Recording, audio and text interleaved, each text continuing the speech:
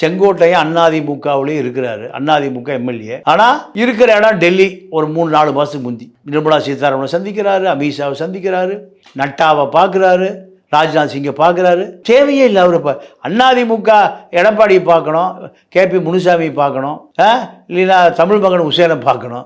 இவர் யாரை பார்க்குறாரு? டெல்லியில் இருக்கக்கூடிய பிஜேபி தலைவர்களை பார்க்குறாரு. அப்போ இது அதிமுகவை சார்ந்தவர்களே அதிமுகவை பிளப்பதற்கான சதி வேளையில் ஈடுபட்டிருக்கிறார்கள் தான் இதை எடுத்துக்கணும். அப்போ இந்த சூழ்நிலையில் கட்சியை காப்பாற்றுவதற்கு பிஜேபியோடு சேருவதை தவிர வேறு வழியில். நீங்கள் 2016 மத்தியில் ஜெயலலிதாவுடைய மரணம், ஜெயலலிதா மரணம் அடைந்த பிறகு